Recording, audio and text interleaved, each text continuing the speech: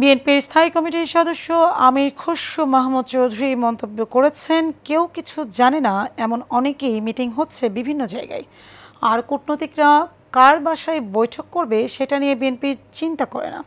এমনকি বিএনপির পক্ষ থেকে কোনো মন্তব্য নেই।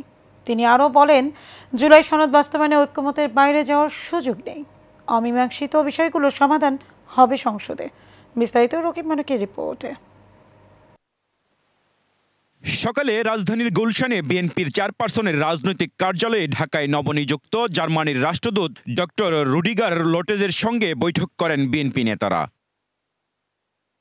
বৈঠক শেষে সংবাদ সম্মেলনে আমির খসরু মাহমুদ বলেন, কোথায় কি মিটিং হচ্ছে এগুলো নিয়ে বিএনপি চিন্তিত নয়। আগামীর বাংলাদেশ গণতান্ত্রিক অর্ডার ফিরিয়ে আনবো, এটাই গুরুত্বপূর্ণ। জনগণ কি চায় সেটা বড় বিষয়। নির্বাচনের অপেক্ষায় আছে।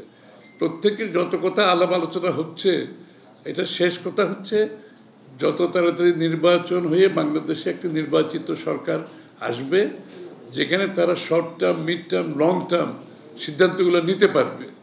সুতরাং তারা সবাই সেদিকে অপেক্ষায় আছে। স্কিল ডেভেলপমেন্ট নিয়ে জার্মানির সহযোগিতা চাওয়া হয়েছে, এমনকি জার্মান বিনিয়োগ কিভাবে আনা যায় সে বিষয়েও আলোচনা করা হয়। টেকনোলজি এবং আর্টিফিশিয়াল ইন্টেলিজেন্সে আমরা জোর দিচ্ছি, এই জন্য যে টেকনোলজি ব্যতীত আসলে ইকোনমিক্যালি সামনের দিকে এগিয়ে যাওয়া সম্ভব না।